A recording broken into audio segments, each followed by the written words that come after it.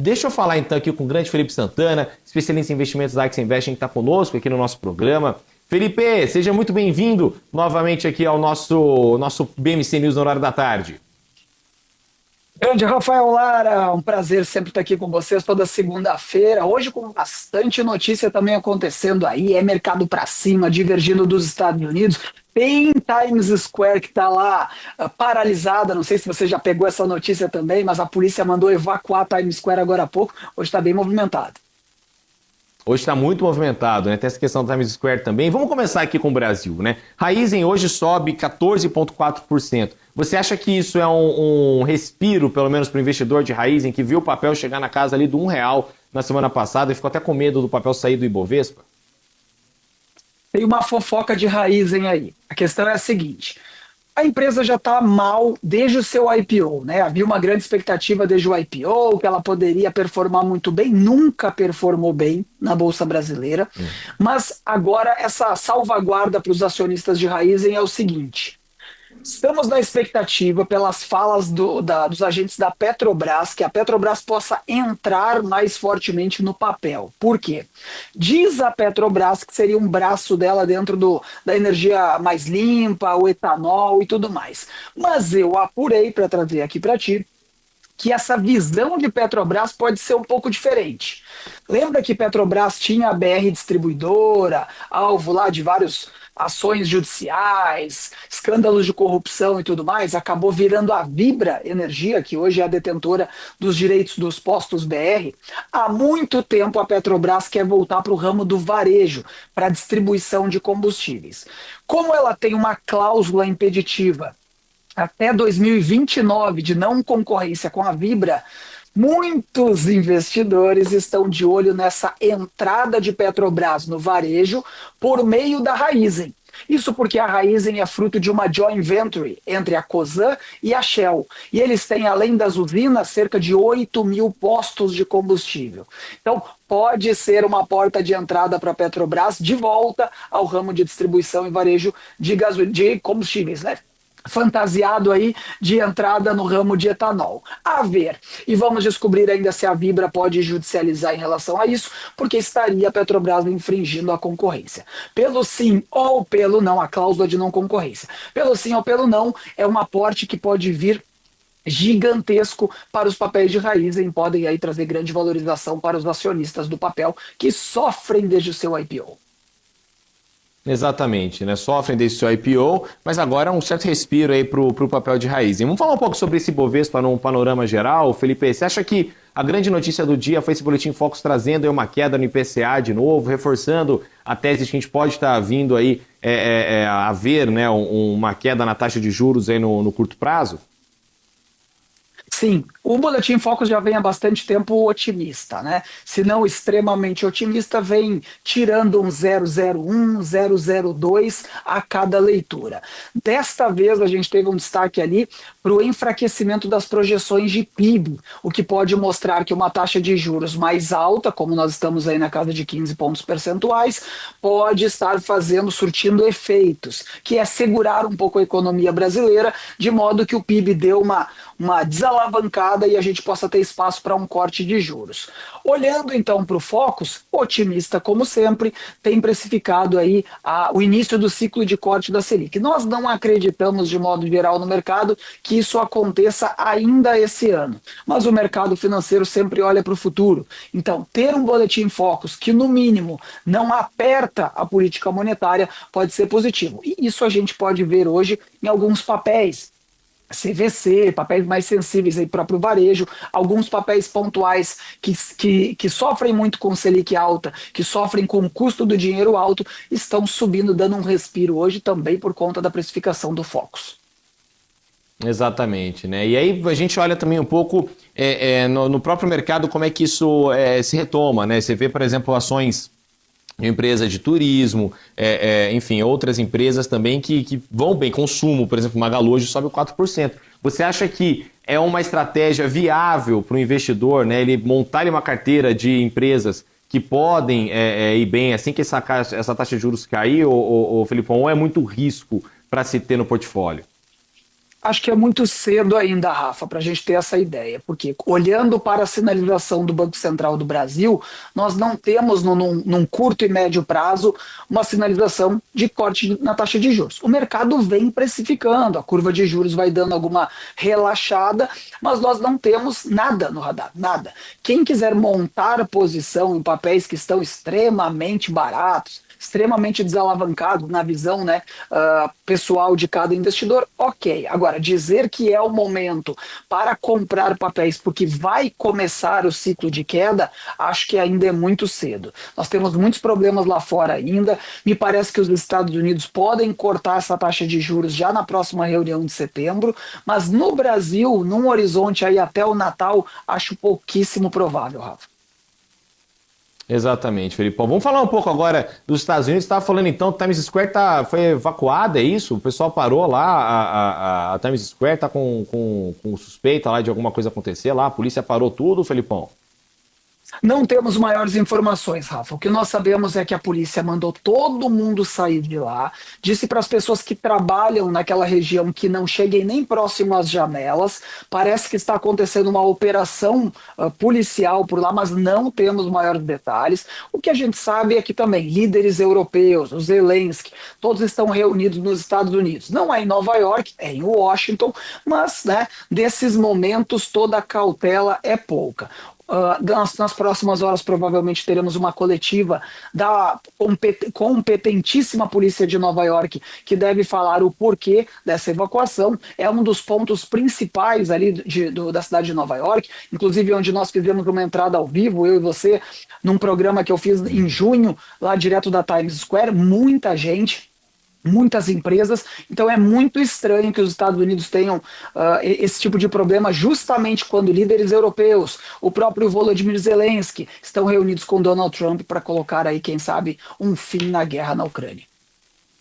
Exatamente, né? Até porque essa questão aí da polícia, né, ainda não foi confirmada pela própria polícia de Nova York, o que fez, né, eles esvaziarem, mas os relatos, pelo menos do pessoal no Twitter, que estão ali perto, enfim, que moram ali na região, é de que seria uma ameaça de bomba ali na praça mais famosa dos Estados Unidos. E aí também tem a questão de que o esquadrão antibomba foi mandado para o local lá, mas ainda não há uma atualização muito precisa do que vai acontecer. O que a gente tem de atualização é aqui no New York Stock Exchange, né? Esse o campo aqui que está hoje no positivo, enquanto o Nasdaq está no negativo. Você acha que o investidor ele começa a realizar seu lucro ali pré-Jackson Hole, ou Felipão? É o famoso movimento de Jackson Hole que a gente sempre vê todo ano?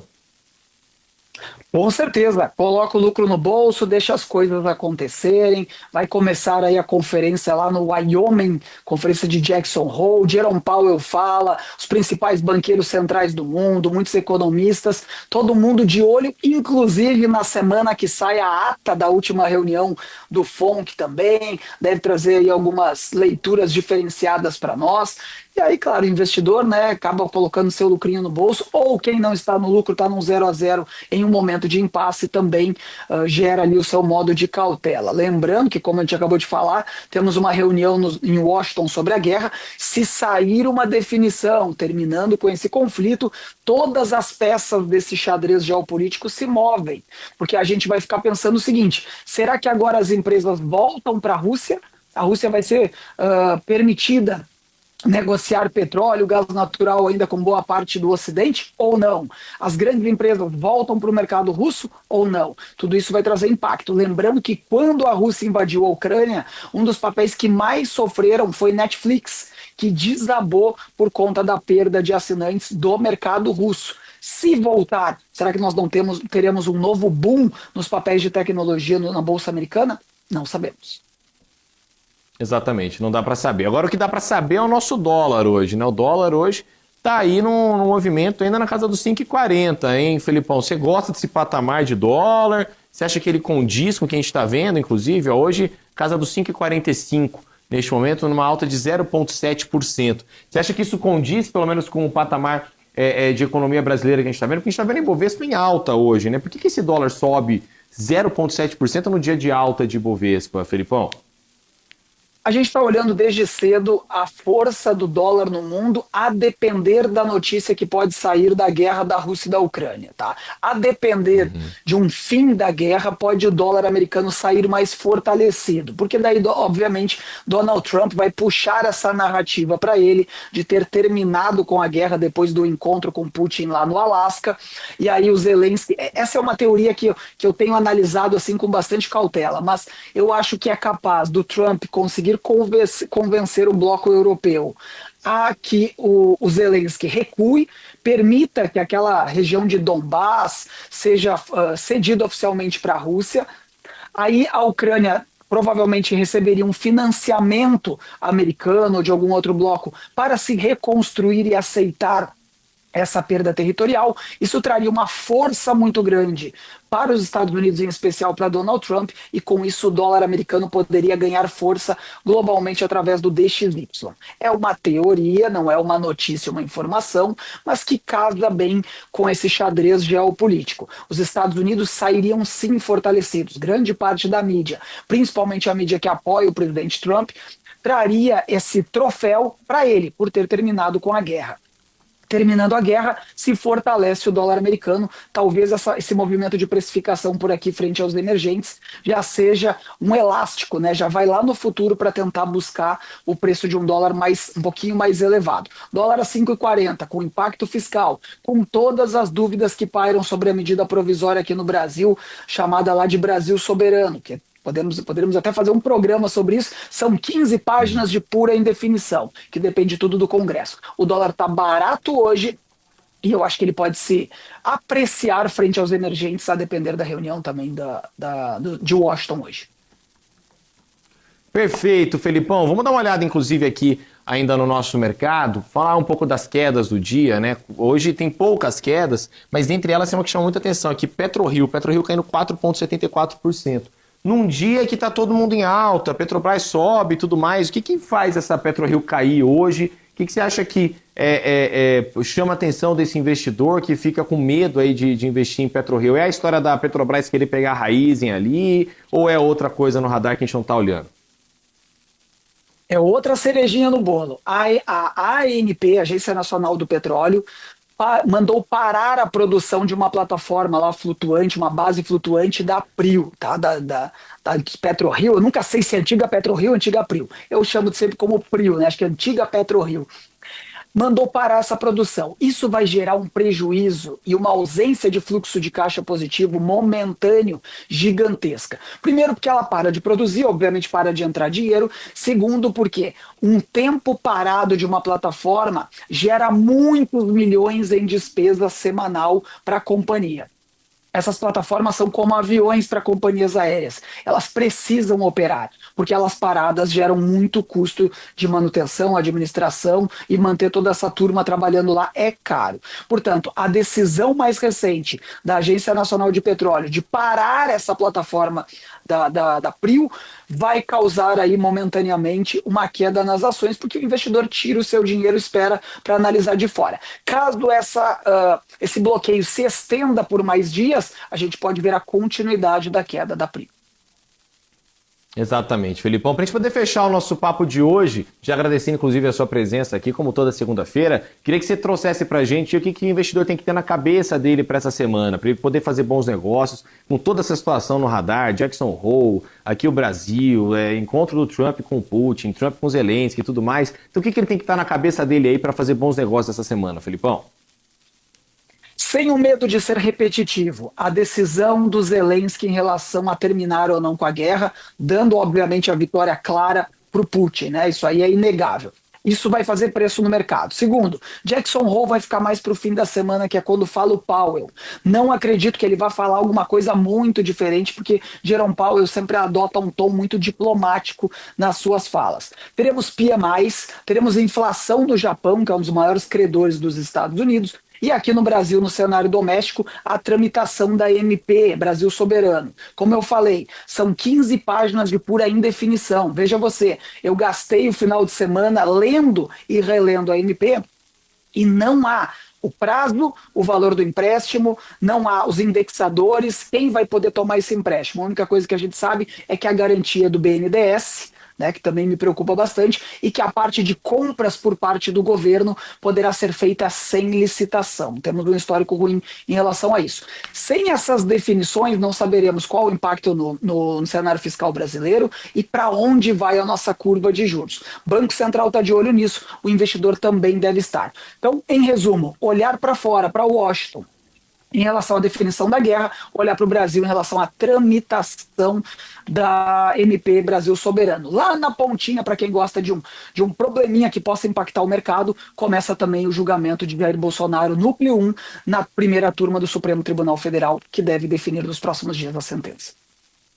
E mexe também muito com o mercado, principalmente com o risco eleitoral aí no caminho e tudo mais. Felipão, obrigado pela sua presença aqui no nosso programa. Te espero segunda-feira que vem, hein? Se Deus quiser, uma boa semana a todos. Grande abraço, Rafael.